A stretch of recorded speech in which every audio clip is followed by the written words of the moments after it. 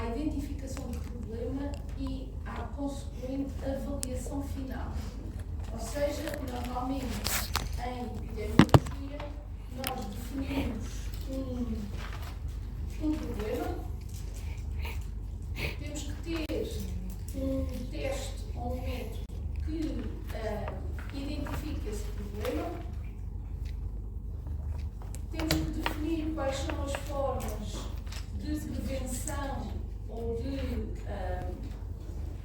eliminar o problema da população e utilizar depois esse mesmo indicador para avaliar se as medidas que nós tomamos tiveram efeito ou não.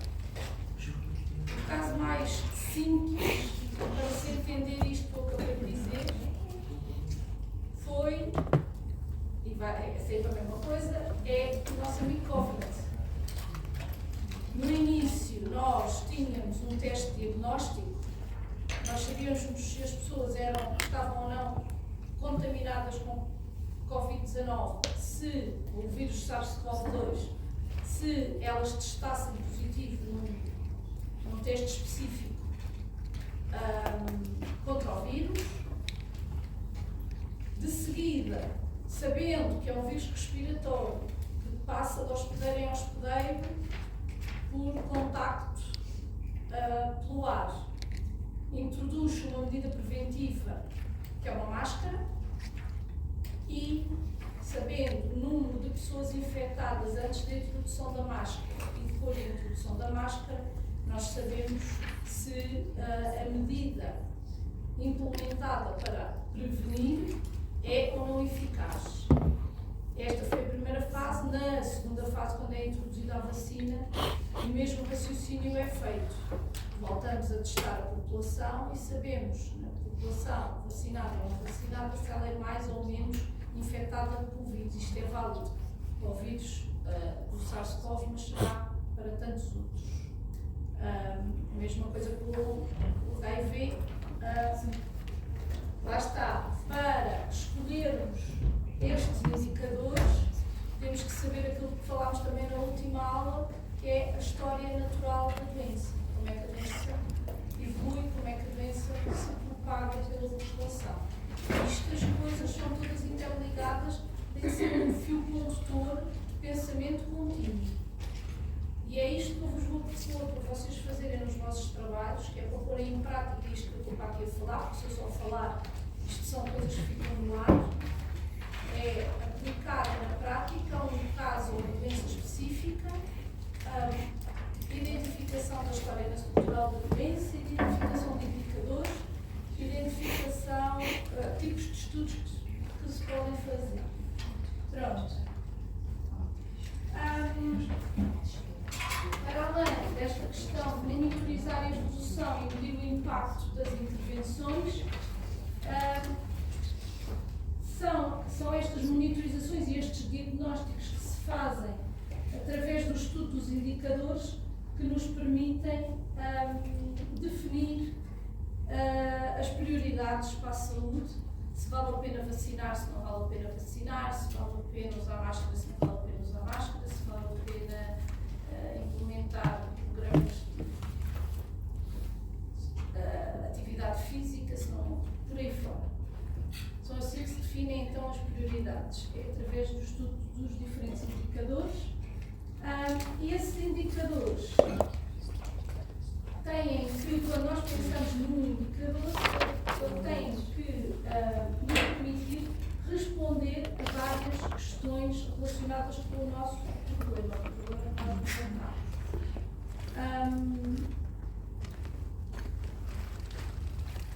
Claro que, provavelmente, isto é o que se passa a nível da Direção-Geral da Saúde, que é o órgão político /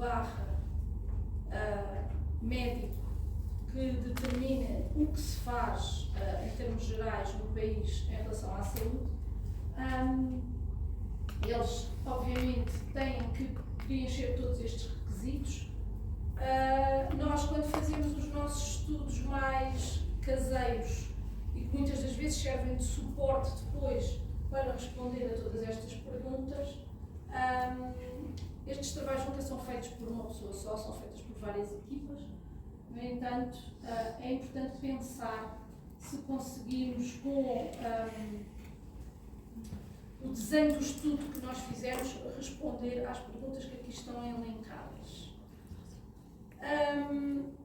Estes indicadores, muitas das vezes, vêm de recolhas sistemáticas que são feitas à população. Nós não temos noção, se calhar vocês até têm agora mais, as nossas redes de informação atualmente são muito poderosas e são usadas para gerar dados. Existe um Observatório Português dos Sistemas de Saúde. Eu falei-vos na última aula de uma ferramenta que nós temos a nível dos cuidados de saúde primários, que são os médicos sentinela. Os médicos sentinela são os nossos médicos de família que têm acesso a uma rede online, dentro do site daquilo que é a esfera do Ministério da Saúde, e onde, para um conjunto alargado de doenças, eles referenciam, não é a pessoa, é o número de casos os quais eles estão a detectar. O número de pessoas novas com diabetes, se os diabetes evoluem ou não evoluem, se estão em conjunto com outras comorbilidades, se estão a aparecer mais casos de HIV, mais casos de hepatite, mais casos de gripe, nas alturas gripais. Eles são muito importantes, porque inclusivamente são eles que referenciam os casos de gripe e nos permitem depois fazer recolhas das zaragatoas desses doentes, para sabermos todos os anos qual é este tipo de vírus que circula. Não sei se vocês sabem, mas todos os anos nós temos um plano de vacinação contra a gripe. E essa vacina é um cocktail das estirpes dos anos anteriores. Normalmente, de um ano para o outro, a vacina nunca é a mesma, porque há estirpes que aparecem de novo e estirpes que desaparecem. Então, a vacina vai sendo atualizada constantemente. Provavelmente vai acontecer o mesmo com a vacina do Covid.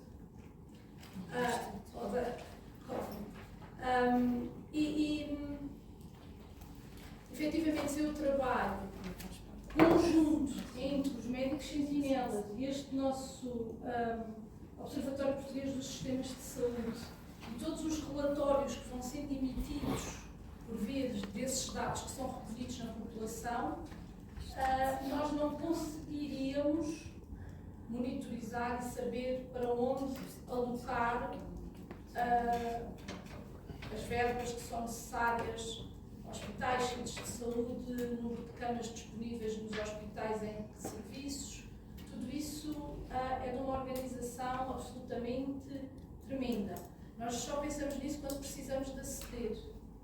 Antes de precisarmos de aceder, ninguém se lembra, ou ninguém não está na cabeça, não é? Obviamente, de tudo o que está para trás.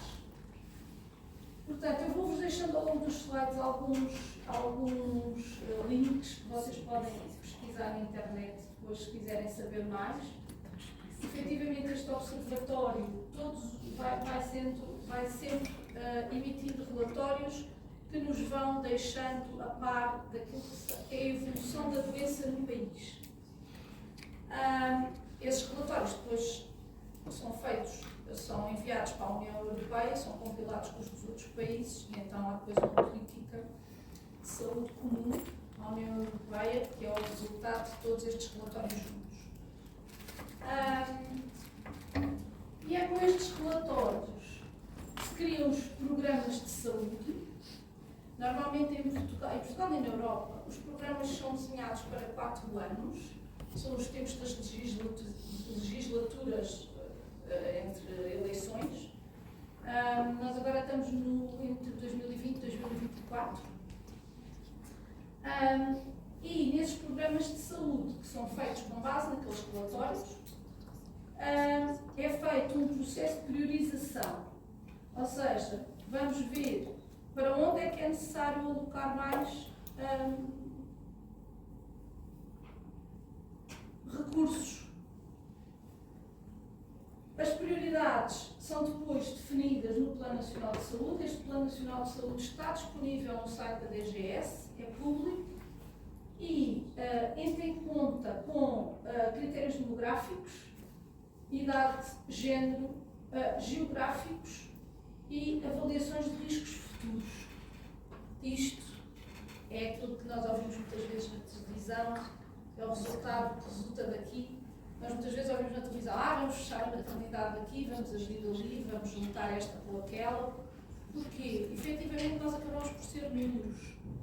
Eles não olham à particularidade de existir uma grávida, não sei, em Trás-os-Montes, numa vilareja, não sei a quantos quilómetros, de um hospital, porque não é possível haver um hospital à porta de cada um.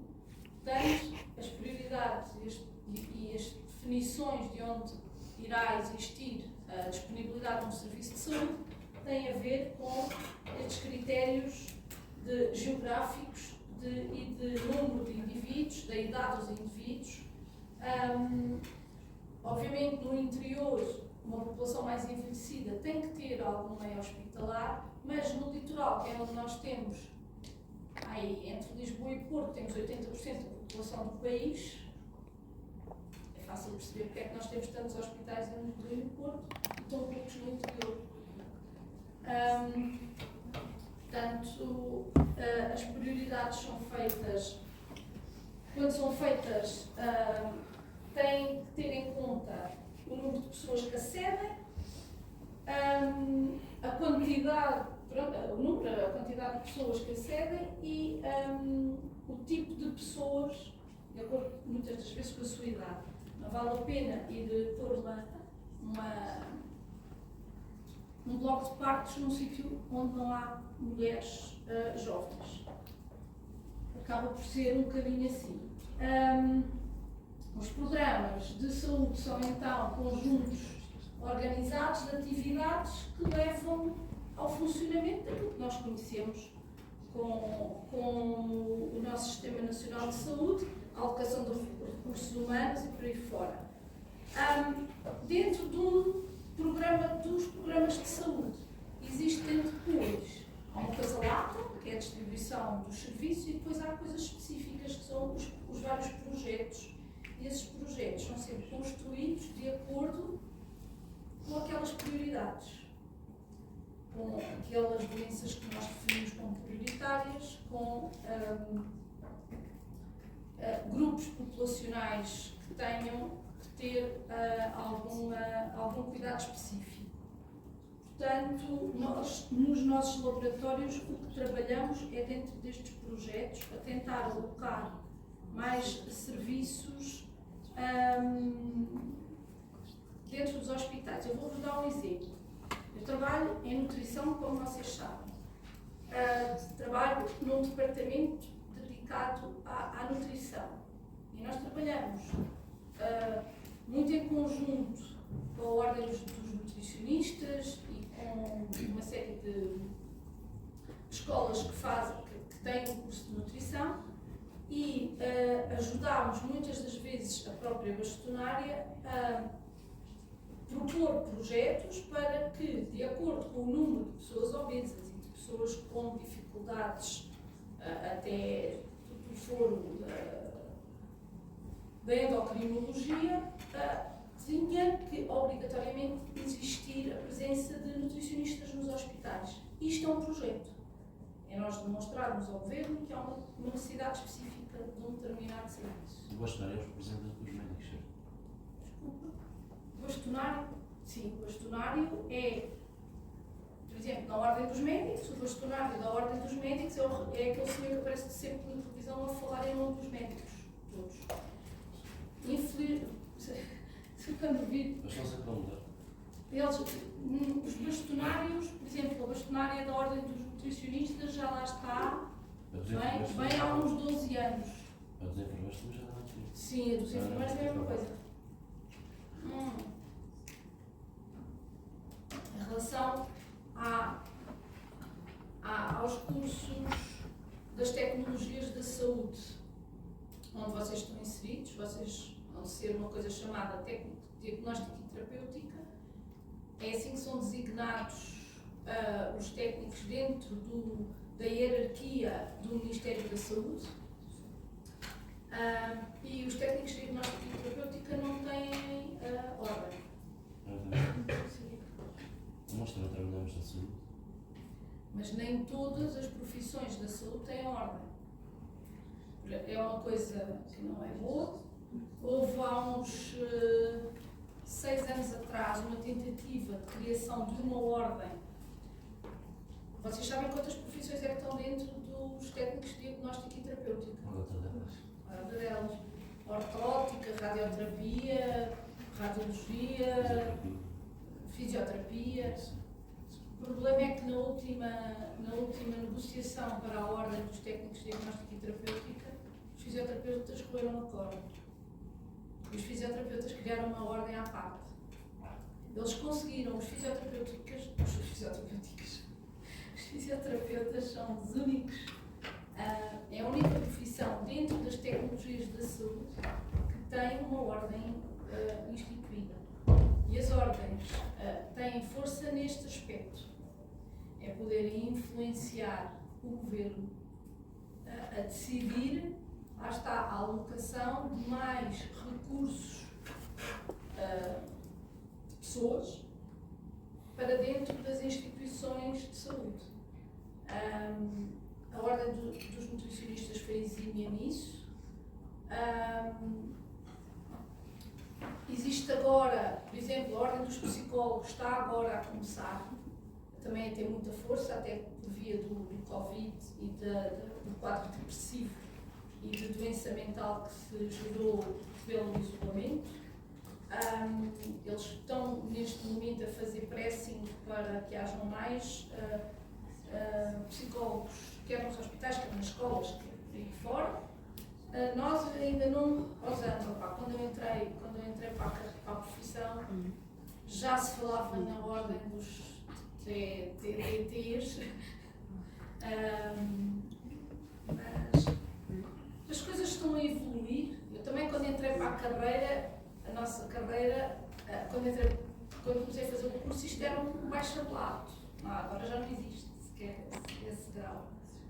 Só depois é que passou pela licenciatura e depois é as confusões do costume. A enfermagem era igual, mas a enfermagem conseguiu ter peso em conjunto para fazer uma ordem. Nós, infelizmente, dentro dos TSDTs, vivemos muito fragmentados.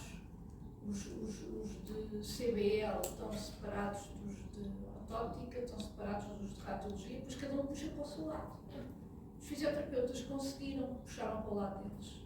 Abandonaram o barco completo, então em vez de ser uma ordem de todos, ser uma ordem só deles. Mas pronto. Realmente é aí que nós, é nestes projetos dentro do programa nacional que nós podemos e que nós normalmente influenciamos as tomadas de posição. Como eu vos digo, tudo isto, já na semana passada nós falámos da questão da literacia, tudo isto está disponível, tudo isto é consultável e está em constante atualização. Estes são os objetivos gerais do Plano Nacional de Saúde e é fácil perceber alguns dos campos que são mais importantes. Olhando para aqui, nós conseguimos perceber do que é que a maioria das pessoas mordem em Portugal. Em Portugal e na Europa. E nos países desenvolvidos. Fumo, excesso de peso. Portanto, são o peso maior na nossa sociedade para a alocação de serviços está na doença cardiovascular, que é influenciada grandemente quer pelo tabaco, quer pelo excesso de peso. Depois isto é, todos os outros, lá está, os determinantes. Até não é mau. Até não é mau? E embora tu queres, ninguém os manda fumar. Se fosse por culpa do Sistema Nacional de Saúde, é que era pior. Mas é por causa disso que nós pagamos bateladas de camas de hospital para... Estamos melhor. Olha, vocês não... Eu quando era da vossa idade, fumava-se em todo lado. Eu agora faço-me... Fumava no secundário à janela com as pessoas. Dentro da sala de aula. Eu lembro-me de ir a um restaurante e estar toda a gente a fumar. Neste momento é impensável. Eu sento num sítio qualquer e se está alguém a fumar, na altura não me fazia impressão, porque eu estava habituada àquele ambiente. E neste momento, se eu entrar dentro de um restaurante, esqueçam. E se tiver alguém a fumar, eu viro as costas e vou-me embora. Mas tenho essa opção. E já não estará. Mas quando eu era miúda, essa opção não existia. Portanto, nós já vivemos num mundo mais saudável. No outro dia estive com uns colegas de saúde ambiental.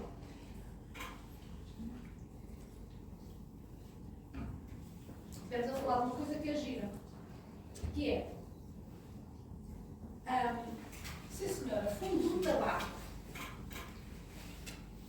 Fundo do tabaco. Existem montes de estudos. Bem, começamos nos anos 50, os estudos acerca dos efeitos prejudiciais do tabaco. Então o que é que a nossa indústria inventou? Que era um medicamento e que era utilizado para avaliar. Sim, isso foi nessa altura. Era muito bom, aquilo era uma maravilha. Era uma série de publicidade a evidenciar os fatores positivos do tabaco. Mas, na atualidade, nós também inventámos uma publicidade nova para fazer com que as pessoas deixem de fumar. E inventámos um substituto para os cigarros tradicionais. Os cigarros eletrónicos. Os cigarros eletrónicos. Ainda não decorreu tempo suficiente para nós conseguirmos determinar se a prevalência ou a incidência de que doenças é maior em utilizadores de cigarros eletrónicos. Ainda não decorreu tempo suficiente. Mas a malta da saúde pública está toda de orelhas no ar.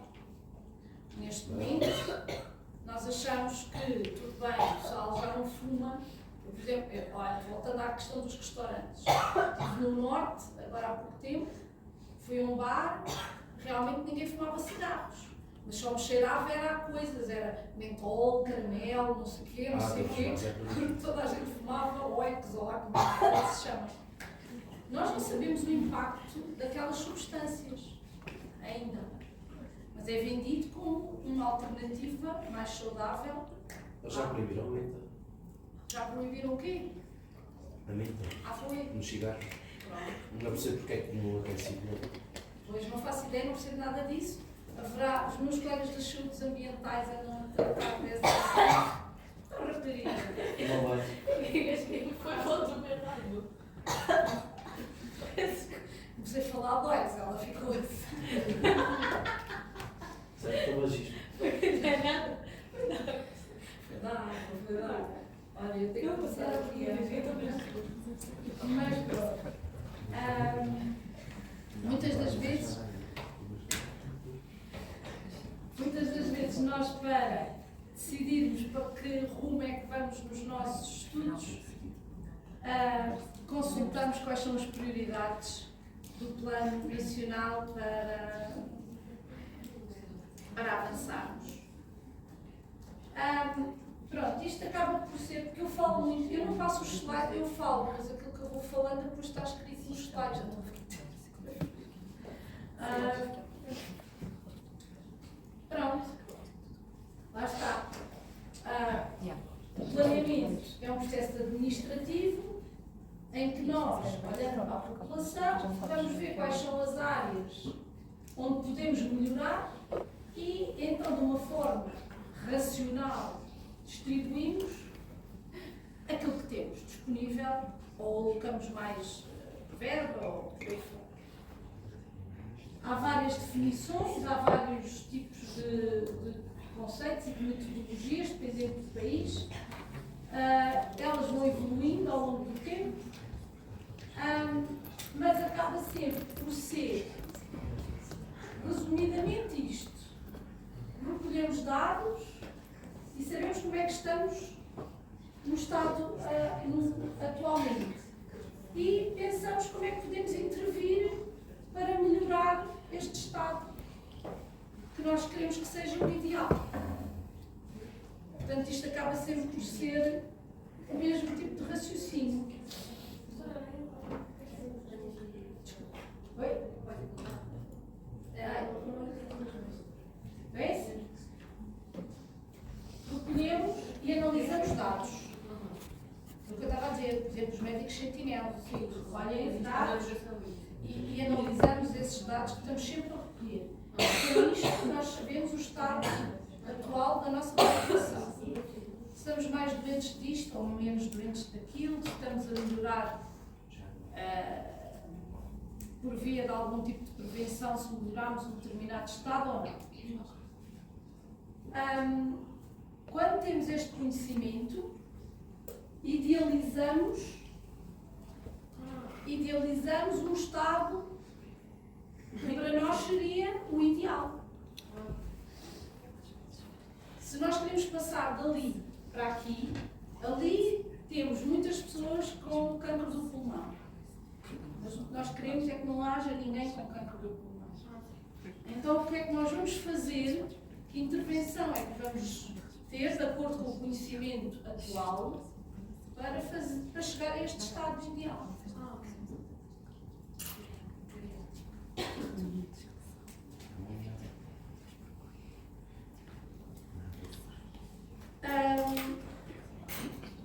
É o que eu estava. É sempre a mesma coisa. Pronto. Identificar a população-alvo. É assim, estes bullets que aqui estão, vocês depois vão ter que pensar neles para o caso que vos calhar. Eu já tenho ali 10 temas. Vocês vão se dividir mais ou menos 4 por cada grupo. E há coisas que vocês vão ter que pensar e vão ter que depois me dizer quando fizerem a vossa apresentação. Que é um bocadinho para cada situação o planeamento que temos que fazer para melhorar. Acaba sempre por ser a mesma coisa. Identificar qual é a população, quais são as necessidades de saúde, que serviço é que eu vou precisar para eliminar estas necessidades, para deixar de ser uma necessidade, e que recursos é que eu vou pôr em que serviços. Isto acaba por ser aquele esquema de há bocado, aquele de há bocado está aqui mais esmiuçado. Como é que se faz? Avaliação, diagnóstico, define prioridades, fixa objetivos, prepara e executa. E avalia. A seguir à avaliação, vê que há coisas que ainda não estão bem. Isto são ciclos evolutivos, isto não para. Nós estamos sempre a inventar coisas novas, estão sempre a aparecer coisas novas. E agora a população melhora, mas para o ano pode não melhorar se nós pararmos de fazer aquilo que estávamos a fazer. Portanto, é mesmo um ciclo dinâmico.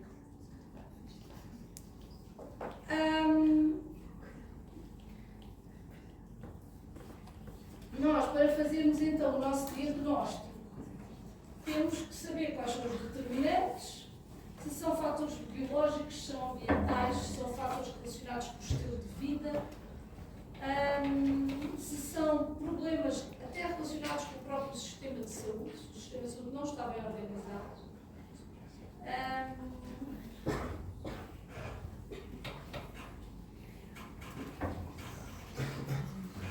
Isto tem aqui muita coisa. Tem alguns exemplos. E é um resumo para depois vocês estudarem daquilo que eu tenho andado aqui a falar.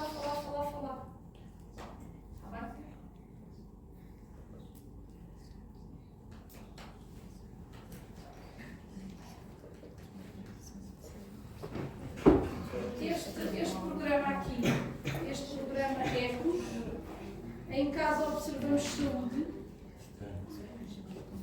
É um programa feito lá no Instituto Ricardo Jorge.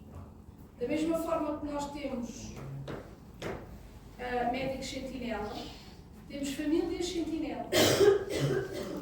Existem à volta de 2.500 famílias em Portugal, espalhadas por todos os distritos, norte a sul, que estão escolhidas e que aceitaram fazer parte do grupo das famílias sentinela e que nós, neste programa, em Casa Observamos Saúde, vamos seguindo ao longo dos anos. E já vamos em gerações, pais, avós, mães, filhos. Mas a que é que consiste? Consiste num questionário alargado acerca de uma série de problemas de saúde que todos os anos vão sendo questionados. A estas famílias também é feita a recolha de sangue para se fazerem alguns testes bioquímicos. Mas perguntas e medições como o peso, ou seja, o índice de massa corporal, se fuma, se não fuma, que tipo de alimentos é que consome, se entretanto começou até o nível de financeiro. Tudo isso é avaliado nessas famílias sentinela que temos espalhadas pelo país. Porque mais à frente nós vamos falar dos tipos de estudos epidemiológicos. Os estudos epidemiológicos, para nós conhecermos a informação necessária para isto que nós temos estado aqui a falar, implicam muitas vezes seguir pessoas ao longo de anos e anos e anos.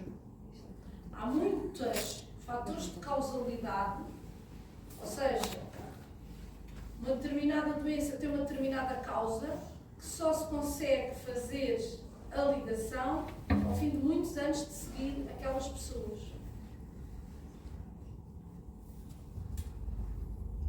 Este é o Inquérito Nacional de Saúde com Exame Físico. É representativo do nosso país e lá está, nós temos este Inquérito Nacional de Saúde que eu acho que é feito, tem 4.910 participantes e que é feito eu acho que são de 5 em 5 anos. E depois, anualmente, temos as tais famílias sentinela. Quanto mais responderem, melhor. É assim, o número de participantes é um cálculo que é feito em relação ao número de indivíduos que existe numa determinada população. É um cálculo matemático que tem como denominador os 10 milhões e não sei quantos habitantes que vivem em Portugal. Esse cálculo matemático distribui-nos pelos diferentes distritos e diz-nos no total quantas pessoas é que nós temos que fazer recolha para ser representativo. Qualquer questionário funciona assim. No entanto, como como devem imaginar, isto precisa de muita gente a fazer entrevistas e de muito dinheiro. Porque desde a parte informática dos bioestatistas a trabalhar os dados, a todas estas medições que têm que ser feitas, são profissionais de saúde que vão ter com as pessoas. Estes exames físicos e bioquímicos custam muito dinheiro, então isto não se pode fazer todos os anos. Isto é feito eu acho que são de 5 em 5 anos. Mas está disponível Essa é uma parceria que é feita entre o Instituto Nacional de Estatística e o Observatório Nacional de Saúde, que é dentro do Ricardo Jorge, que é o nosso departamento de epidemiologia. Não sabia que faziam medições diretas. Sabes, para os participantes. Sim, só que fui pesquisar. Porque o questionário tem vindo a evoluir. Há uns 20 anos atrás era só entrevista. Depois chegámos à conclusão, lá está, por via do aumento drástico de doença cardiovascular cardiovascular e da obesidade no país, que era necessário observar melhor o que é que se passava numa população representativa. E aí decidiu-se acrescentar esta parte, o que acresceu ainda mais verba ao projeto. Isto é dinheiro que vem do volume da saúde em Portugal. E isto mete muitos enfermeiros, muita gente a fazer questionários, a fazer medições e por aí fora. Mas realmente é o principal apoio às políticas para a prevenção e para o controle da doença. São os dados que saem destes inquéritos. Inquéritos, que eu quando digo inquéritos, não é só perguntas, é também medições concretas.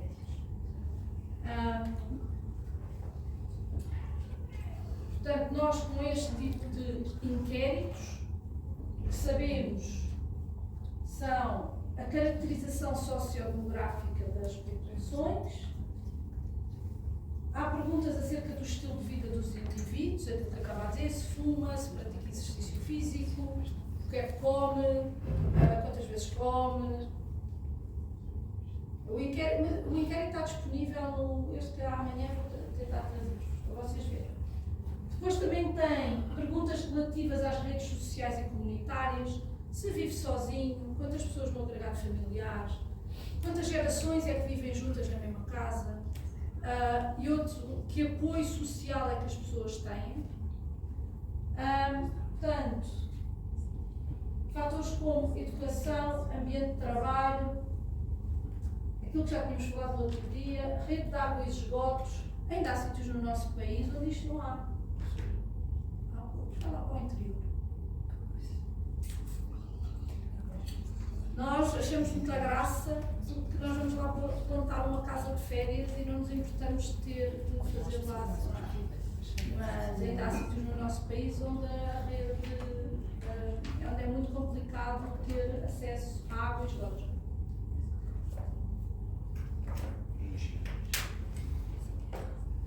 Acesso a serviços sociais de saúde, acesso à habitação digna. Nos mesmos sítios onde isto é raro, há sítios no interior de Portugal que são muito bonitos e nós até passamos lá e achamos graça, tem umas casas bonitas em granito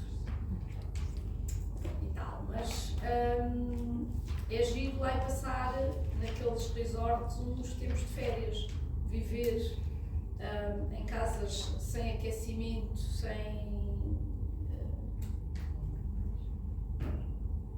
isso é uma série de coisas que nós damos como dado adquirido nas nossas cidades. As pessoas lá estão habituadas, nós é que não iríamos conseguir, mas isso faz parte da caracterização social do nosso, ou seja, condições socioeconómicas, culturais e ambientais gerais. É o que a resposta a todas estas perguntas nos dá.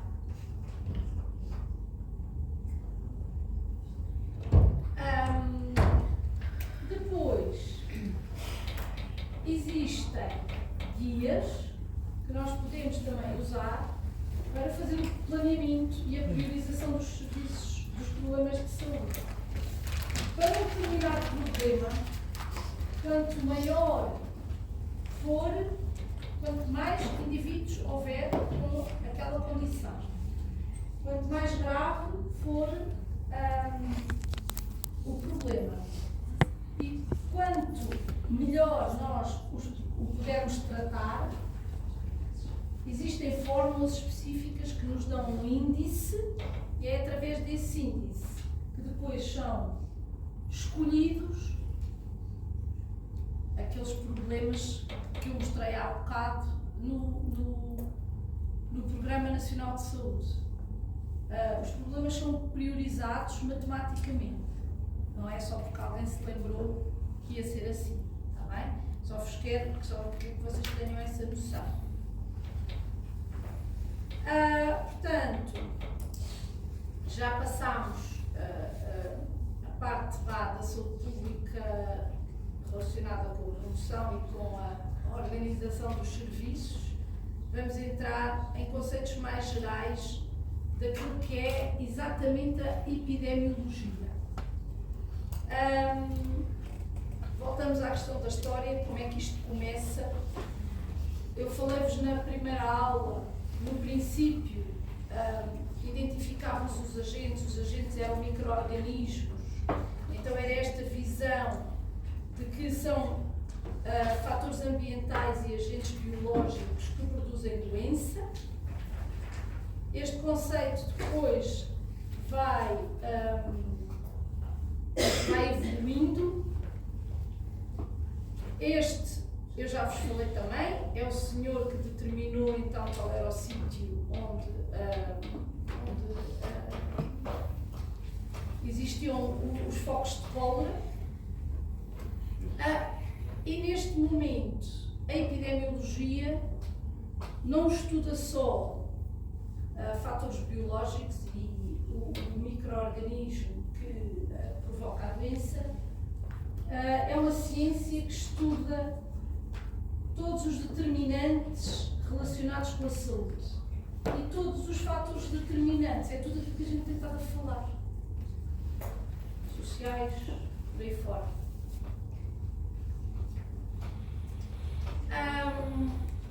Quando nós queremos fazer um estudo epidemiológico, nós temos que ter a observação, a vigilância de uma população e pesquisa analítica e experimentação. Estas são as fases que o nosso estudo, e para ser um verdadeiro estudo epidemiológico, tem que passar. Depois, para além disso, temos que definir, nós temos que incluir isto no nosso estudo, temos que definir o tempo. Se é um estudo que só vai olhar para o agora, se é um estudo que vai olhar ao longo do tempo, daqui para a frente, o que é que se vai passar, aquilo que eu estava a falar do BOI, dos cigarros eletrónicos, começámos e estamos ainda a observar. Se é um estudo retrospectivo, se vamos olhar para trás, o que é que se passou. Depois olhar para os fatores e quais são as condições. Se causam mortalidade, portanto, estes 4 pontos nós temos que olhar quando se trata de estudos epidemiológicos.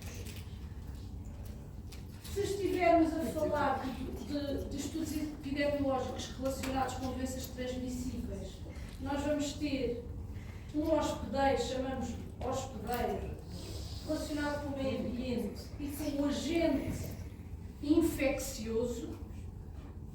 No caso das doenças não transmissíveis, nós temos um indivíduo, fatores de risco e meio ambiente e comportamentos.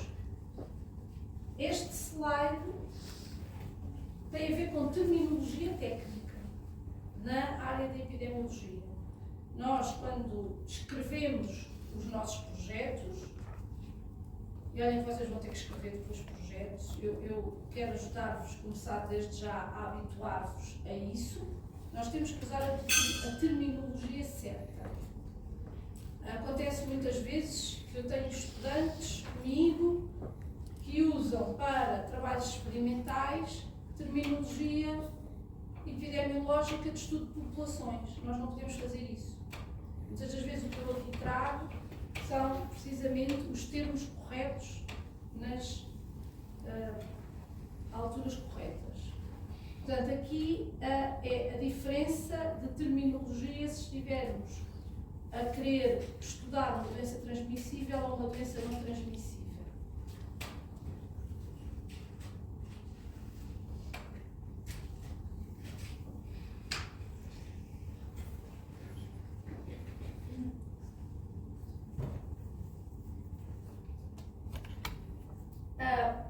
Mais uma vez, nós, na epidemiologia, temos que, depois de definir o nosso problema, a nossa população,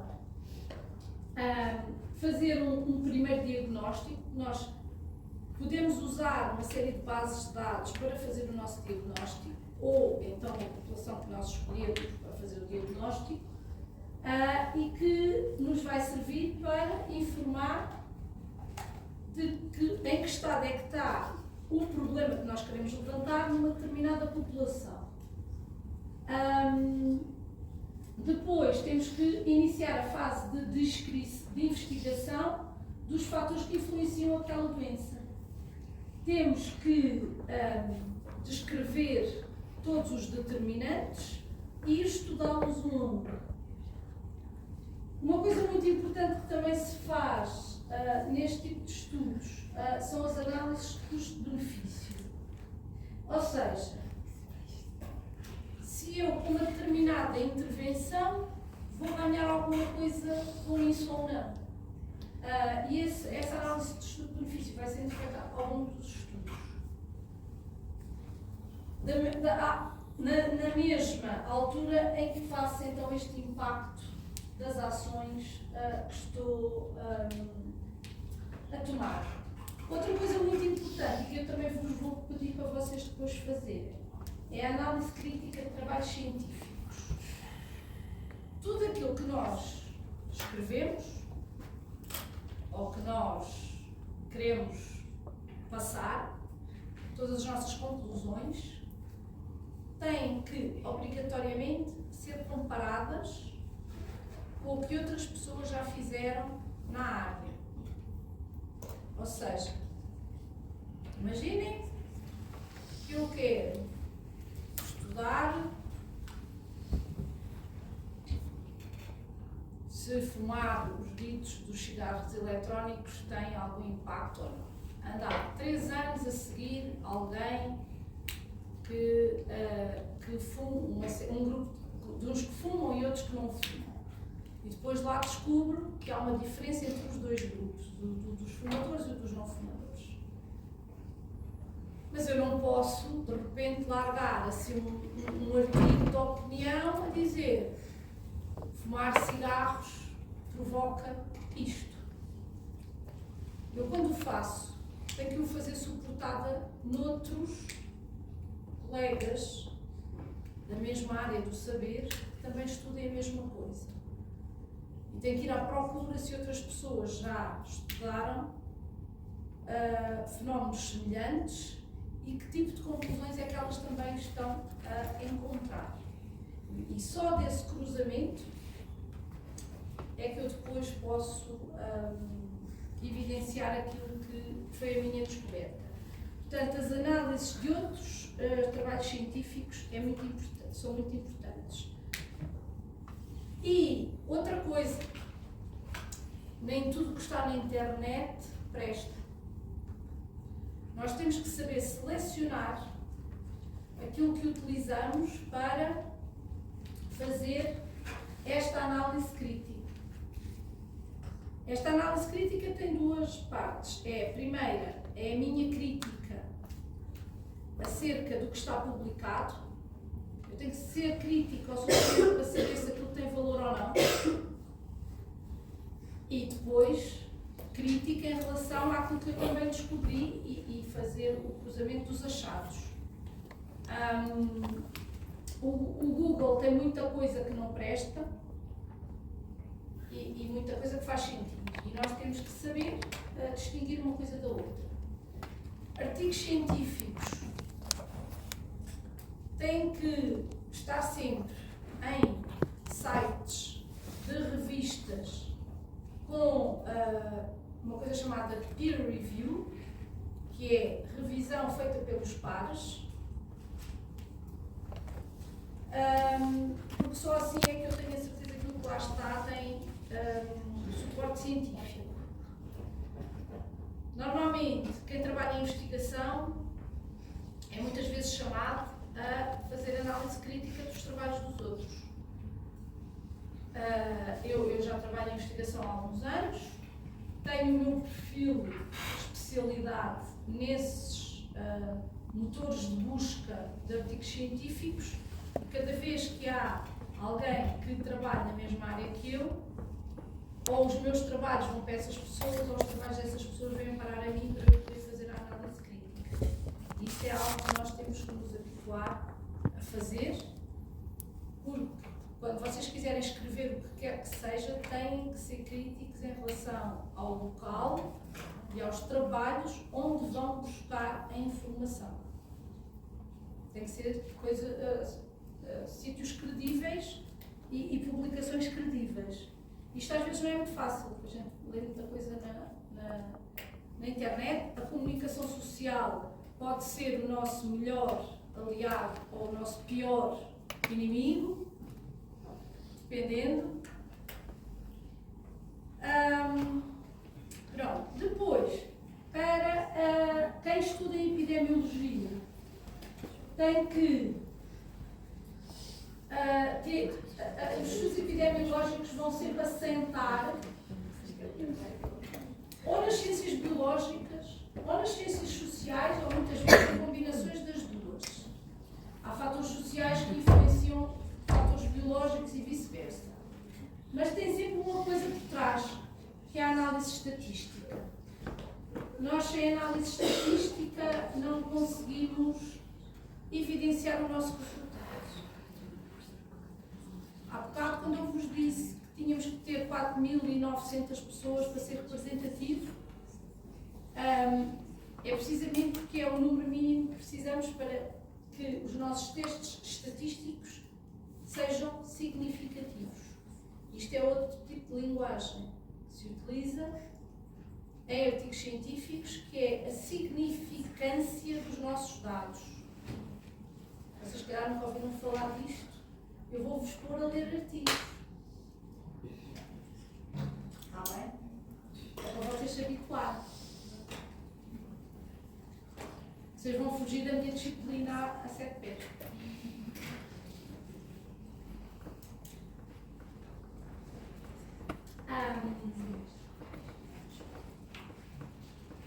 Isto é um bocadinho da evolução dos conceitos de vigilância epidemiológica.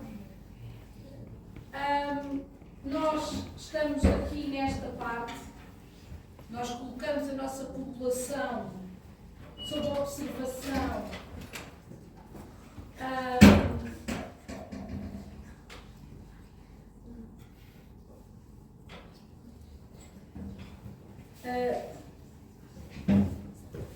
aquilo que estávamos a falar há bocadinho das famílias sentinela e dos médicos sentinela e dos inquéritos nacionais de saúde, é isto que aqui está. Nós olhamos para a nossa população e recolhemos toda a informação que consideramos necessária para depois poder decidir acerca da intervenção, mas, como eu vos disse, nos primórdios a epidemiologia focava-se nas doenças infecciosas e então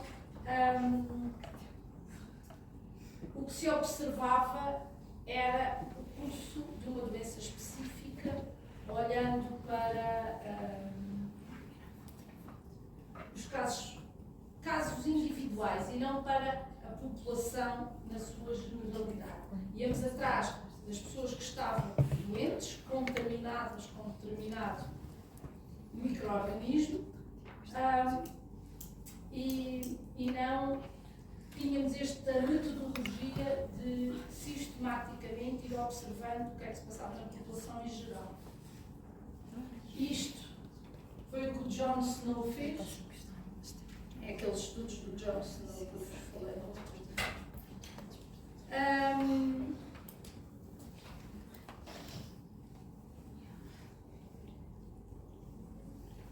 Os princípios gerais da epidemiologia têm sempre a ver com a recolha de dados, a sua centralização e análise, disseminação de informação e atuação.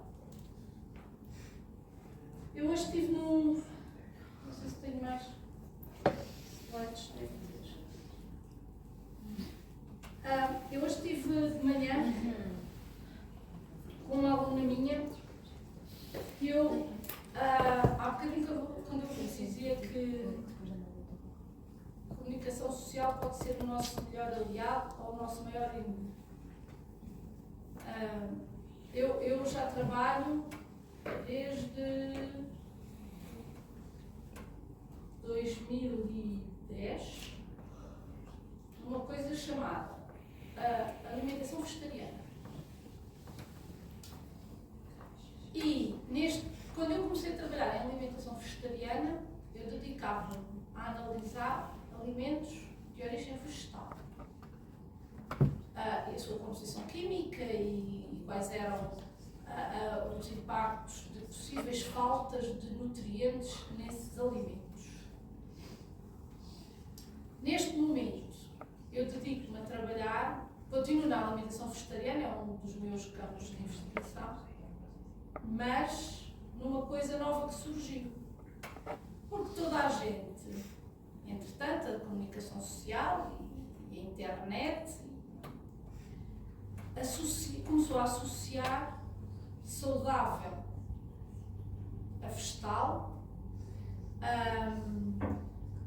cuidado com os animais a vegetal, ultimamente diminuição da pegada ecológica com vegetal,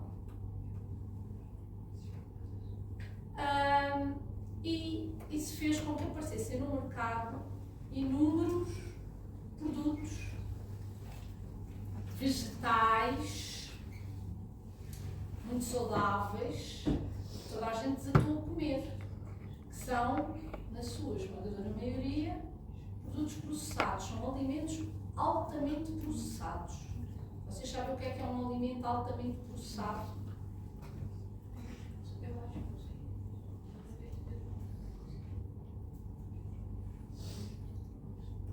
Qualquer coisa altamente processada tem naquele rótulo que nós lemos na embalagem mais do que 2 ou 3 ingredientes.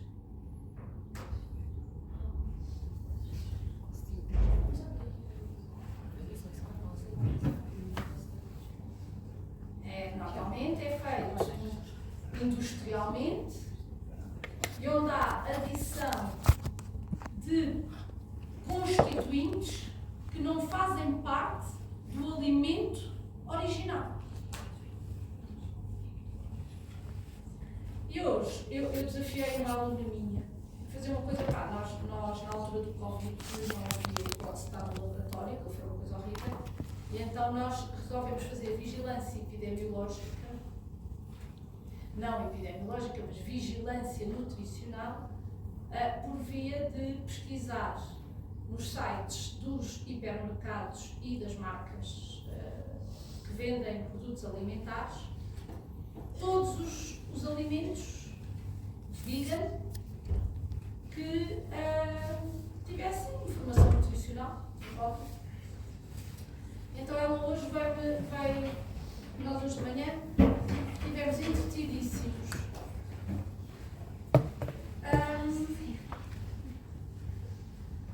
a olhar para a compilação de dados relativos a produtos de charcutaria vegetais.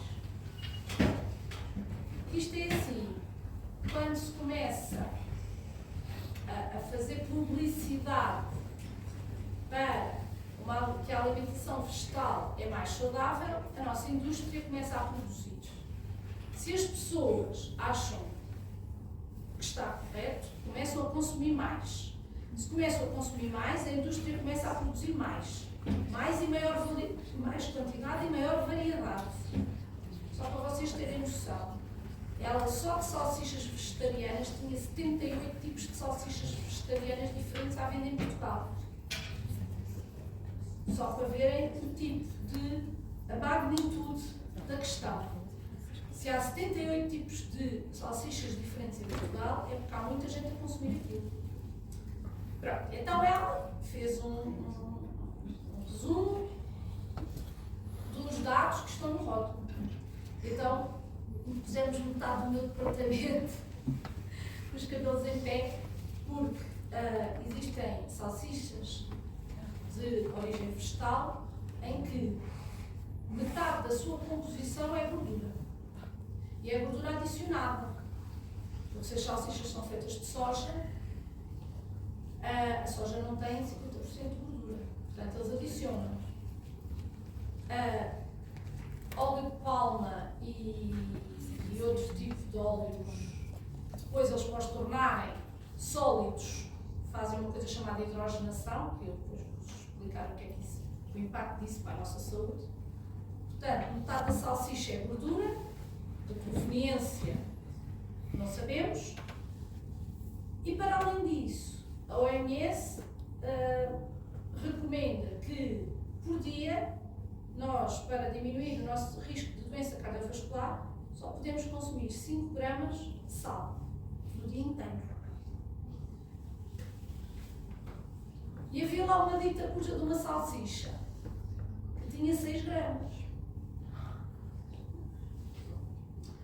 Portanto, e depois nós normalmente, é assim, nós fazemos por porção. E nós normalmente não fazemos só uma salsicha. Pronto. Por isso, recolher dados, analisar esses dados. E agora hoje, fizemos um bocadinho de disseminação desta informação. Entretanto, eu soube que há outro colega que também está a reunir, outro colega do meu departamento que também está a reunir em relação a outro tipo de alimentos da mesma classe. E estamos a pensar como é que devemos de atuar. Provavelmente, lá está, vamos entregar um relatório à Direção-Geral de Saúde. Nós consideramos que deve haver regulamentação, que este tipo de alimentos é novo, não há regulamentação para uma série de compostos que possam ser nocivos à saúde. Isto é só um exemplo. Nós podemos trabalhar, normalmente os estudos epidemiológicos são feitos com populações, com pessoas. Isto que eu vos acabei de dizer não é um estudo epidemiológico, é um estudo de vigilância. Em que nós estamos a vigiar o meio ambiente em que as pessoas estão inseridas. Porque se aumenta a disponibilidade de um determinado grupo de alimentos para a população, qual é o impacto que esses alimentos vão ter nas pessoas? De acordo com as guidelines que nós já conhecemos. Os tais 5 gramas de sal é uma guideline. Portanto, nós sabemos, fonte segura, que é a Organização Mundial de Saúde, mais de 5 gramas prejudicam a saúde. Portanto, vamos olhar para o que está à volta e perceber o que é que está acima dos 5 gramas. Também há coisa aí de uns 10 anos. Nós fizemos um estudo idêntico com o pão. Nós em Portugal temos uma prevalência muito elevada de doença cardiovascular. No nosso inquérito nacional alimentar, descobrimos que um dos alimentos base da nossa alimentação é o pão. Nós não conseguimos interferir naquilo que as pessoas põem em casa, na sopa, na comida. É muito difícil ir à casa das pessoas e controlar o que é que elas colocam na comida. Então analisámos o pão que estava disponível e estava acima dos tais ditos 5 gramas regulamentares. E então, com a Direção-Geral de Saúde, implementámos um programa chamado Menos Sal, Mais Saúde, Melhor Sabor, em conjunto com os padeiros, que no início foram muito difíceis de coletar, até que a Direção-Geral de Saúde disse, é assim, ou vocês diminuem, ou então nós vamos aplicar coimas, fazemos regulamentação jurídica para vos aplicar coimas. E então eles decidiram que sim, que iam colaborar connosco. Durante 10 anos, nós trabalhámos em conjunto com eles, de maneira a que eles conseguissem manter a estrutura do pão, porque eles diziam que o sal influenciava a estrutura do pão. Que se tirassem o sal, as pessoas já não iam gostar daquela crosta estaladiça, do miolo mais denso ou menos denso, ou não precisa nada de pão. Mas pronto. E então nós no laboratório conforme eles iam diminuindo as quantidades de pão, nós íamos depois analisando para ver se estava dentro ou não dentro dos parâmetros. Demorámos 10 anos a tirar 1 grama de sal, de 2 em 2 anos tirámos 1 grama de sal do pão. Ninguém reparou. Ninguém reparou. Mas passámos de um pão com mais de... Havia pães que tinham mais de 5 gramas de sal por 100 gramas, para agora termos padarias com um selo, com este dito selo. Eu até pai num slide o selo. Ou seja, são padarias que têm abaixo dos 0,2 gramas de sal por 100 gramas de pão. E a maior parte das... está a tocar. Por isso é que caiu, deve estar a vibrar. Portanto, esta foi uma forma que nós conseguimos implementar na prática de eliminar um fator de risco no consumo alimentar da população portuguesa. E, efetivamente, funcionou cá. Eu tenho ido lá para aqueles países maléficos por onde eu vou e tenho levado um modelo, tenho tentado implementá-lo noutros países, porque continua a ser algo atual. A diminuição da exposição das pessoas ao sal. Quais são isto? Sim. Só a nível de curiosidade, porque eu acho que muitas vezes a parte da alimentação, quando eles falam que fez um estudo muito claro nos alimentos veganos, mais, acho que é bem importante.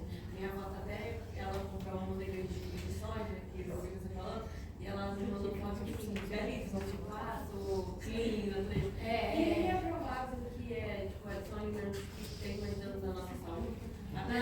Não é isso. A questão tem a ver com... Nós temos uma alimentação omnívora, em que a carne está incluída. E a ideia é tirar a carne e meter o vegetal, para eliminar a gordura e tudo aquilo que está relacionado com os problemas que a carne... Toda a gente diz, a carne tem gordura saturada. É verdade, a carne tem gordura saturada. Vamos passar para comer mais vegetais. O problema é se essa almôndega tem mais gordura saturada do que tem o bife. Está a perceber?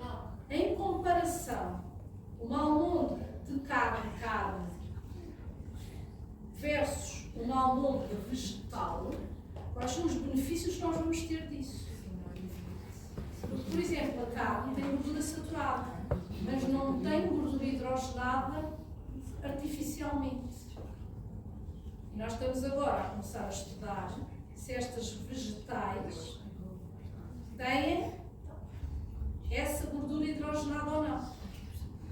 Então eu vou-vos mostrar uma coisa. Temos mais que... A que horas é que acaba a aula? Às 4h30.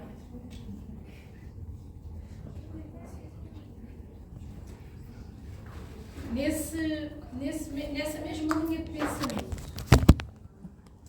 estávamos aqui a falar, esta minha aluna, ela começou a recolher rótulos já, mas eu...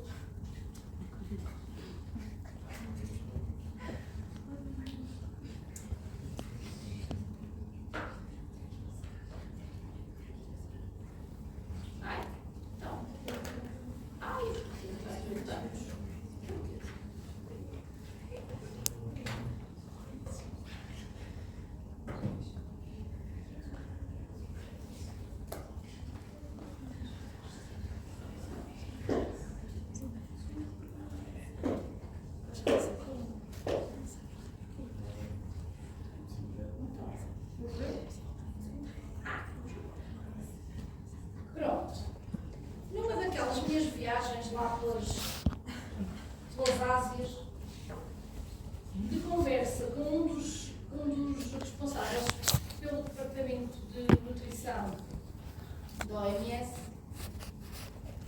Na altura eu estudava a composição nutricional dos alimentos vegetais, mas tal qual, o vegetal tal qual ele é, sem estar processado. E os alimentos de origem vegetal têm um problema, não têm vitamina B12, que é essencial para o nosso desenvolvimento mental e neuronal e tem falta de muitos aminoácidos. Os aminoácidos, vocês sabem, são os constituintes das proteínas. E existe uma série de aminoácidos essenciais ao desenvolvimento de uma série de estruturas de funcionamento celular que nos alimentos vegetais não existem. Só existem nos alimentos animais. Por isso é que nós somos omnívoros. As nossas células estão formatadas, estão programadas para funcionar com uma gama de nutrientes. Nós não somos ruminantes como as vacas. As vacas é que só comem erva. Nós não temos 3 estômagos e coisas. Não somos ruminantes. Nós somos omnívoros. E até numa dessas minhas viagens, eu de conversa com o meu querido amigo Cremo e de volta da questão da vitamina B12, e principalmente nas mulheres grávidas, a vitamina B12 e nas crianças, a vitamina B12 é muito crítica. Nos adultos provoca anemias severas. Eu já vi muitas pessoas a irem parar ao hospital por déficit, anémicas, por déficit de vitamina B12. Porque isto não é só nós decidirmos ser vegetarianos, nós temos que podemos decidir de ser vegetarianos, tudo bem, mas temos que saber no que é que nos estamos a meter e o que é que nós temos que ajustar à nossa dieta para sermos vegetarianos. E então, lembrarmos-nos de o Instituto Nacional de Saúde é um centro colaborativo da Organização Mundial de Saúde para a obesidade infantil e colaboramos na parte da caracterização nutricional e então lembramos-nos de Ready to Eat Meals for Vegans. O que é que são os Ready to Eat Meals? Nós decidimos em 5 países da Europa recolher amostras de fast food vegetariano, hambúrgueres vegetarianos de venda na rua. Relotes, restaurantes de fast food e por aí fora. Portanto, fomos ao pior cenário possível. E escolhemos estações de comboio, universidades, sítios onde a densidade populacional é grande e há muita gente a por aí fora. Lá está. A OMS é um dos seus principais campos de trabalho atuais, é esta questão da substituição das fontes animais por bases de alimentos de plantas e que, ainda por cima, nos países industrializados, nós com a nossa pressa do dia-a-dia, o que queremos é coisas já feitas. Que é só pôr micro-ondas ou que é só chegar ali e comer rapidamente para seguir a vida. Portanto, será que existem nutrientes em falta? Ou o que é que acontece no caso das vitaminas B12, que fazem muita falta na gravidez, e vitamina D, aminoácidos, ácidos gordos? Estes ácidos gordos, long chain, ômega 3 fatty acids, que existem no peixe em barda, que fazem muito bem, são gorduras, fazem muito bem à nossa saúde. Portanto, o que é que se passa com estes elementos, iodo, zinco, ferro, cálcio, nestes alimentos?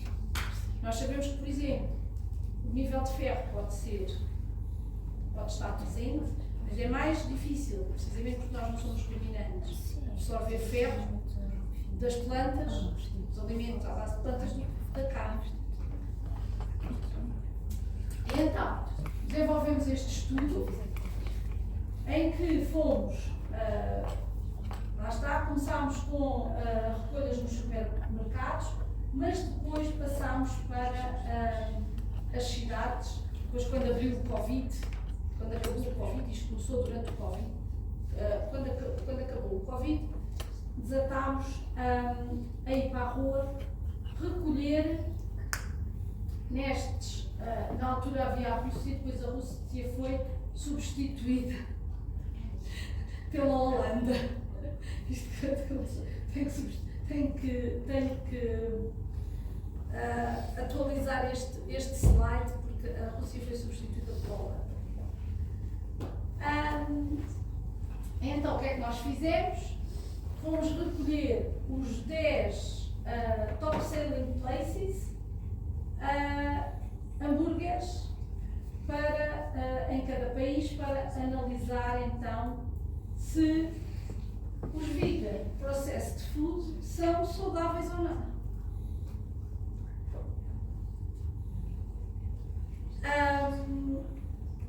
Pronto, nós o que fizemos foi recolher então os alimentos e fazer uma análise completa do perfil nutricional. Efetivamente, nós, naquilo que está disponível no supermercado, é obrigatório que haja um rótulo. Nós só não sabemos o que está lá dentro se não quisermos ler. Está lá escrito na embalagem. Mas nos restaurantes não é assim. Nada daquilo tem rotulagem. Nós não sabemos o que é que se passa lá dentro. Os casas. Os serviços casas. A ASAI faz outra coisa diferente, não faz isto. Não faz monitorização nutricional. Mas as condições têm que estar comigo. É diferente. Faz controle económico. Vê se, de acordo com aquilo que está estipulado na lei, o estabelecimento comercial está a cumprir ou não. Ou a fábrica está a cumprir ou não. Requisitos de higiene. Não faz monitorização nutricional. Com a questão do sal, não sei se estava aqui quando eu falei do sal no pão, se calhar estava. Com a questão do sal, como regulamentámos um teor máximo de sal, aí a ASAI já pode lá ir e verificar se o pão tem aquele teor de sal ou não. Nós passámos 10 anos até regulamentar um teor máximo de sal no pão. Aí a ASAI atua. Isto é controle nutricional, isto é vigilância. É diferente. Não existe nenhuma lei que proíba ou que diga que um restaurante tem que ter a composição nutricional do prato no menu. Já foi algum restaurante que tem composição nutricional no menu? Por isso é que eu digo, no restaurante nós não sabemos a composição do alimento. Também a questão microbiológica é mais recorrente. Se houver alguém que se queixe que teve uma toxina-infecção alimentar num determinado restaurante, a ASAI vai lá. Mas fora isso, não faz isto. Pronto. Isto depois são questões relacionadas com o budget. Então o que é que nós fizemos? Andámos a ver os sítios onde os restaurantes tinham mais afluência de pessoas, dividimos a cidade e isto faz parte do planeamento de uma amostra representativa. Soubemos quantos restaurantes vendiam fast food, hambúrgueres de fast food, em que zonas. Escolhemos os sítios com maior afluência de pessoas e, de acordo com a densidade dos restaurantes, soubemos quantos restaurantes é que tínhamos que recolher nesta área, tudo relacionado com o número de restaurantes disponíveis. Depois há aqui umas inferências estatísticas que se fazem.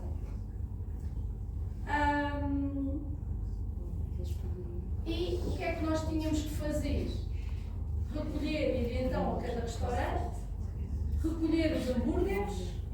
Em alguns restaurantes nós tínhamos indicação de quais eram os ingredientes.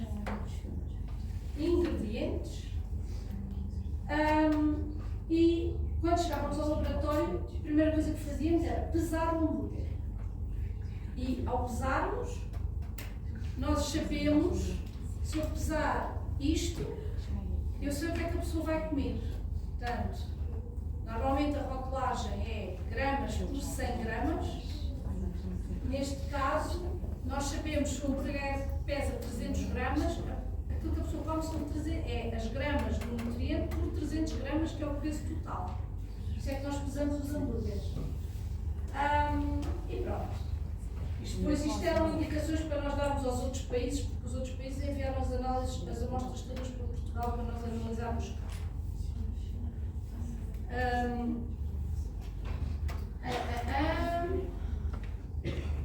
Isto foi na altura do food sampling. Portanto, tudo isto é pensado. Até o sítio onde nós vamos recolher as coisas é pensado e tem uma estratégia.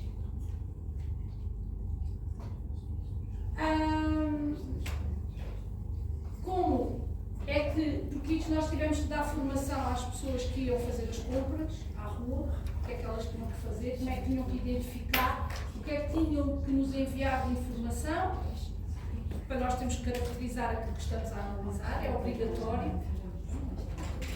Como é que as amostras depois recolhidas têm que ser transportadas, porque nós não queremos que chegue uma amostra estragada ao laboratório.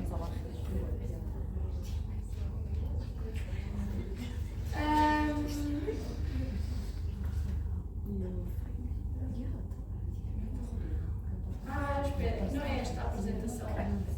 Esta é a parte da planificação. Depois, isto passou-se um ano e nós agora já temos os resultados disto que aqui está.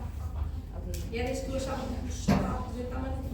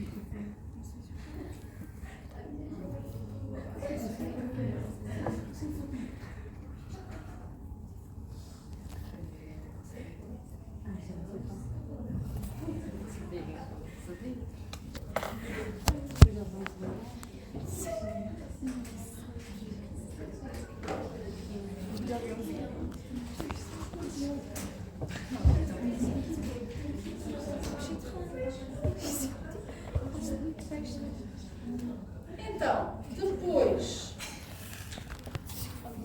de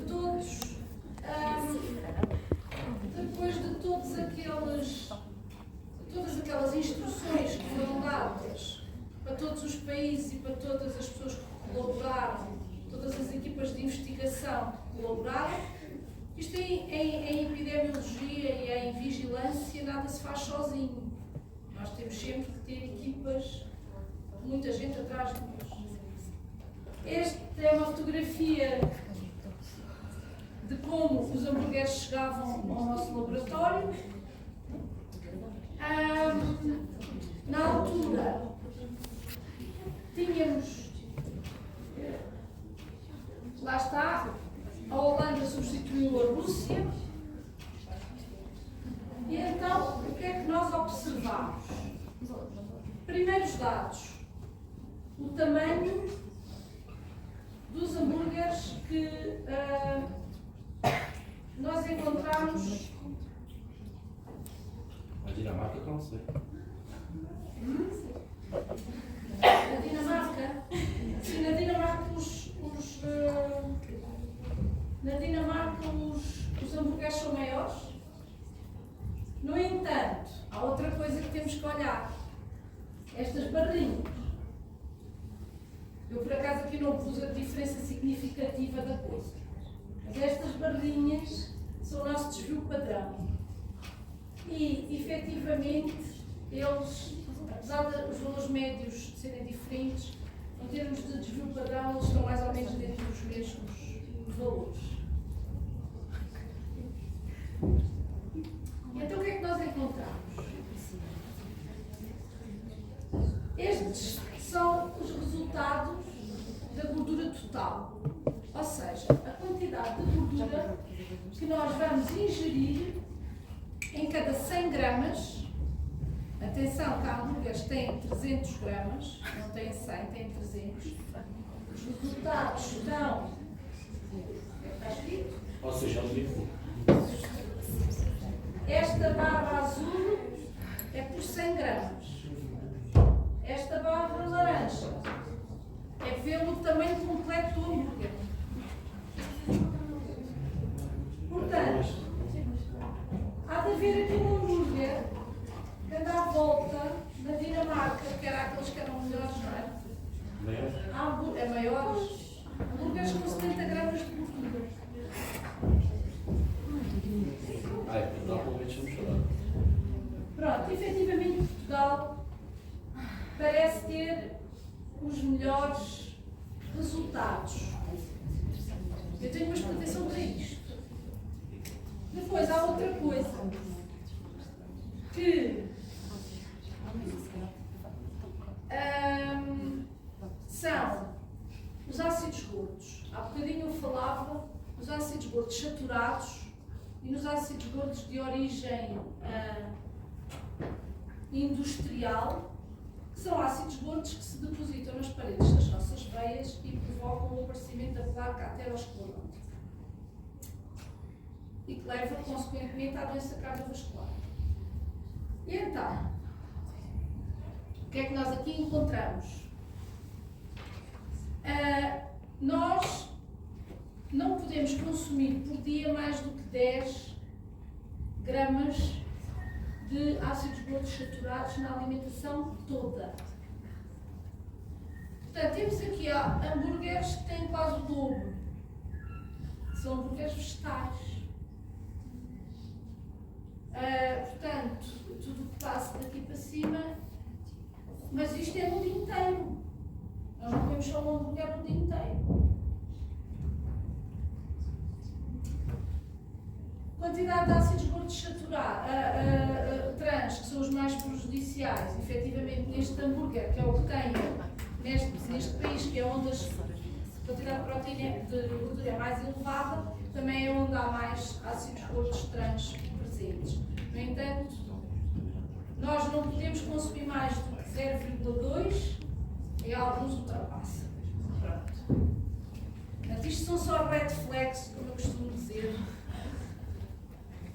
Proteína, efetivamente, a quantidade de proteína é elevada, ou seja, as leguminosas, a soja, esse tipo de compostos têm muita proteína, isso vê-se. No entanto, eu agora já tenho o resto dos resultados todos. Estes aminoácidos são os aminoácidos viscerados que são usados. Vocês não sei se sabem, a metionina faz parte do códon de iniciação da sequência de DNA. Portanto, são aminoácidos críticos na replicação celular. Neste tipo de alimentos, a cisteína nem existe, né? Está lá. Pronto, a lisina e a histidina também são dois aminoácidos muito importantes que também não estão presentes. Depois, tem efetivamente muita fibra, porque os alimentos vegetais têm muita fibra, que é ótima para o nosso funcionamento do nosso intestino. E, voltando à questão do sal, estão a ver onde é que anda a média do sal? São 3 gramas de sal no hambúrguer. E isto é evidência.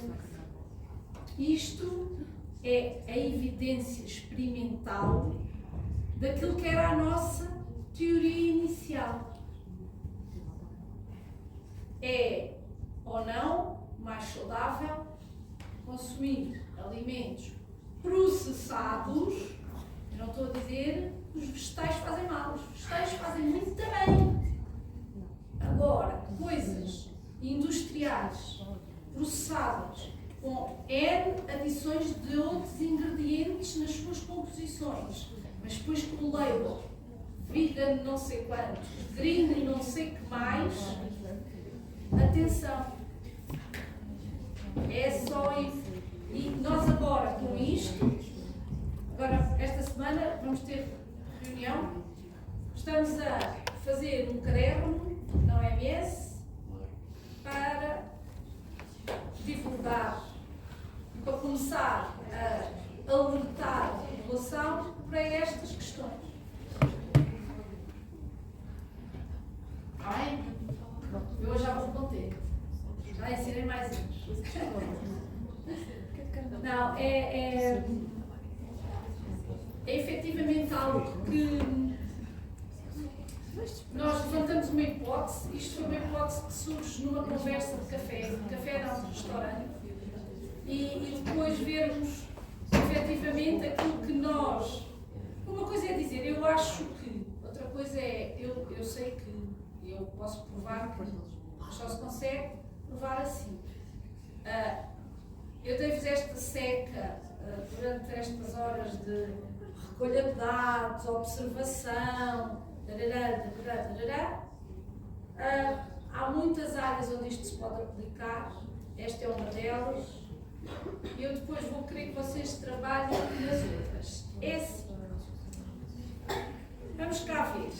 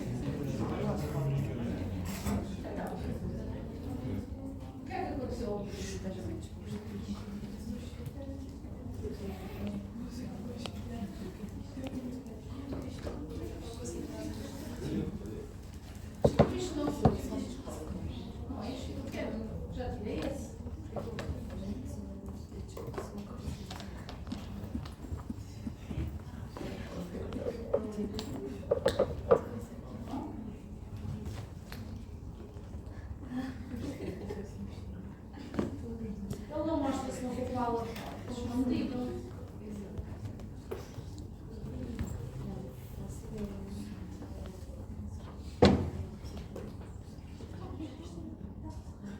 Estas tecnologias. Já parece o meu equipamento ontem também decidiu.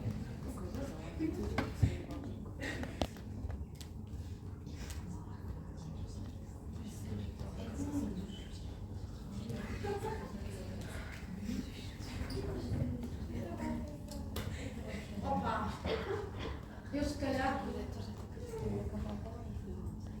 Então, porquê? Não quer dizer que eu tenho que pôr isto num PowerPoint.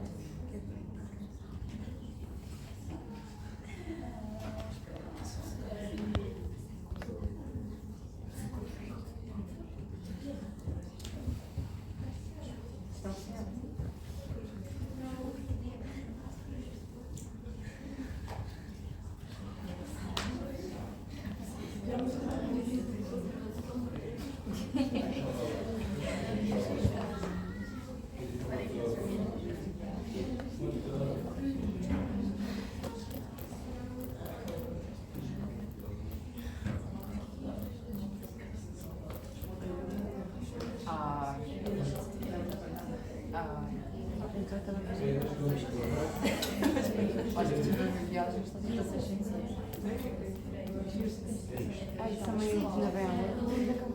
Não, acho que sim.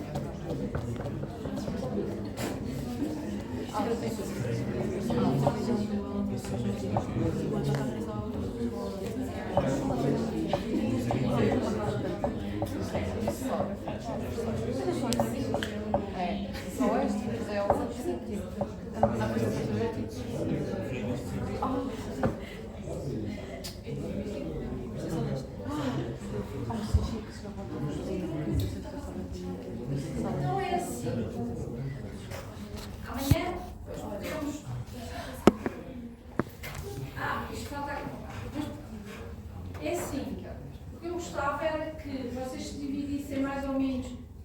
Na pauta vocês estão 40. Por falar nisso, onde é que anda a folha? Na praia, alguns. Pero aí. Já. Dividirem-se em 10 grupos, mais ou menos 3 ou 4, não sei. Na semana passada houve colegas que disseram que já têm grupos formados de outras disciplinas. Pronto. E então, o que é que eu gostava? Que fizessem um relatório pequeno, isto tem 2, 3 páginas, isto cá. Temos de ser sintéticos. Depois vocês têm que apresentar isto de uma forma muito resumida para os outros colegas trabalharem sobre o mesmo template de estrutura, poderem discutir convosco melhorias ou aspectos em falta daquilo que vocês estão a apresentar. Então, metade dos grupos, 5 grupos, trabalhará em doenças transmissíveis e 5 grupos em doenças não transmissíveis.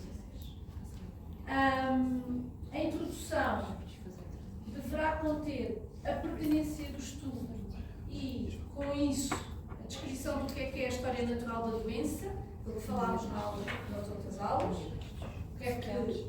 qual é a evolução que se conhece daquela doença, qual é o objetivo de estudar e de trabalhar naquela área.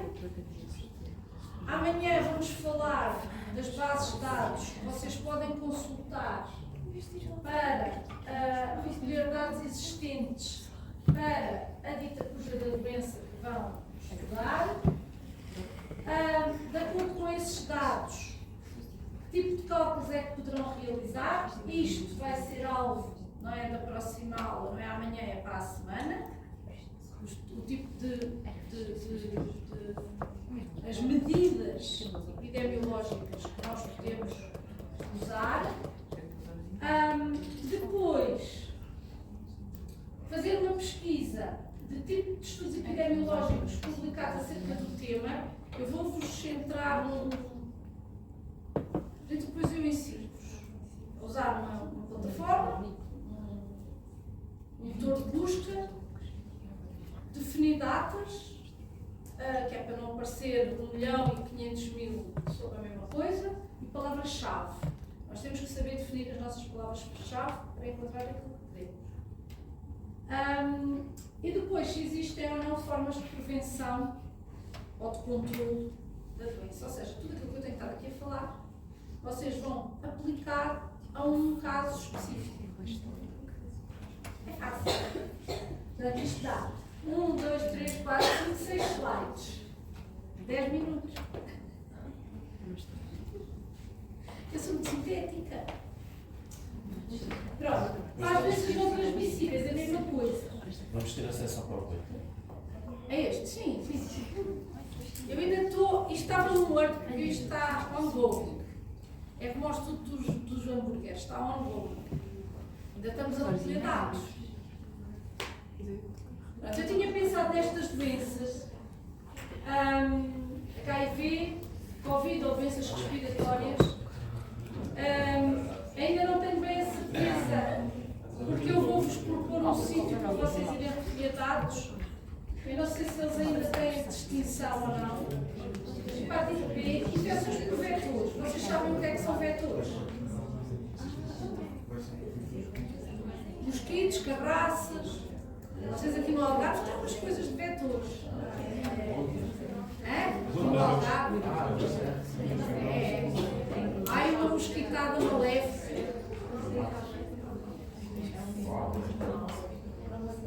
Tuberculose, depois no caso das doenças não transmissíveis, diabetes, pulmão, cólera, obesidade e doença cardiovascular. Aqui depois podemos, se calhar, estratificar mais. Posso pensar num tema mais pequenino. Está bem?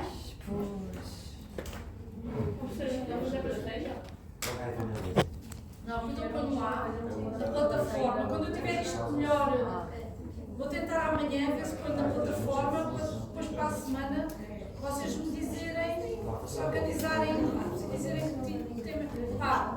Nas minhas aulas práticas, depois eu também ando a ter uns trabalhos. Normalmente o que fazemos é sai à sorte. Temos uns papelinhos e tiramos à sorte. Eu também acho. É mais justo, não é? Nas minhas aulas práticas, no terceiro ano, quando tiverem aulas práticas comigo no terceiro ano, eu também vos vou dar uma data de temas para vocês fazerem umas apresentações. E como começa tudo a discutir, eu quero isto, eu quero aquilo. Então a maneira democrática é sair à sorte. Ou vocês se entendem o que é que querem, ou então sai à sorte. Faça como a professora Ana Patrícia. Então. Faça-nos tirar na portuguesa e eu nem escrever sei quem fica. Eu tenho que ver como é que isso se faz. Não, mas é assim, se vocês já têm grupos definidos para outras disciplinas, se calhar para trabalhar é mais fácil, não sei. Isso deixa ao vosso critério, eu não vou interferir na escolha dos grupos. Já me basta uma que eu tenho lá em casa, cada vez que há escolhas de grupos para trabalhos de grupos, memória, cabeça, não sei o que, nunca fica lá no grupo que ela cria. Portanto, vocês entendem-se, acho eu. Mas pronto, estão a ver o tipo de pensamento que nós vamos ter ao longo das aulas para depois estruturar o trabalho. Há coisas que já falei, há outras coisas que ainda vamos falar, mas também a apresentação é lá mais para o final do tempo, está bem? Normalmente, não sei se já vos... Agora, não sei se isto vai...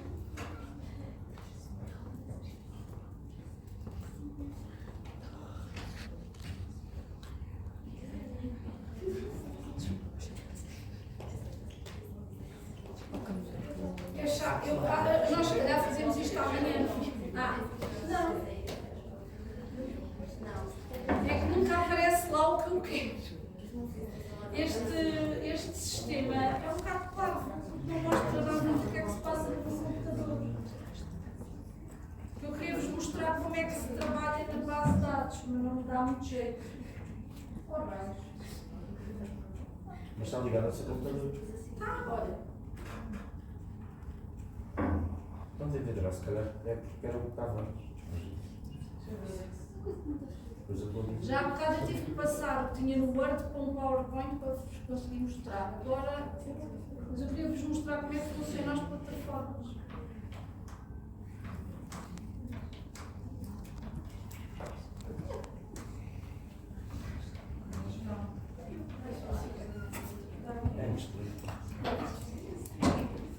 Não dá.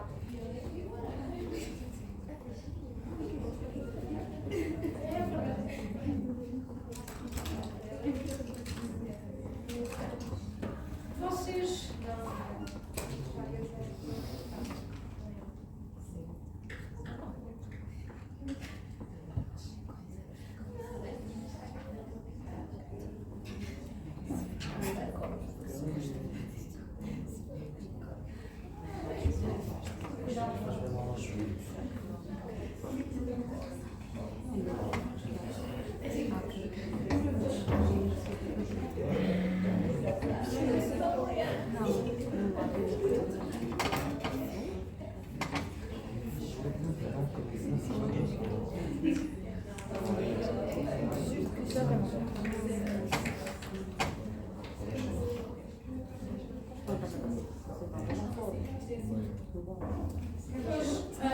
parece que a senhora ainda não mudou. É assim, eu tinha proposto aquela nova calendarização na semana passada, mas pelo visto a senhora dos académicos ainda não mudou os horários aqui na plataforma. Eu agora vou ter que lá ir. Porque eu acho que a nossa aula amanhã era para começar, já não sei. Mas começamos às 9h30, que eu também sei que é difícil para vocês estarem cá às 9h. Eu vou rever o horário lá com elas.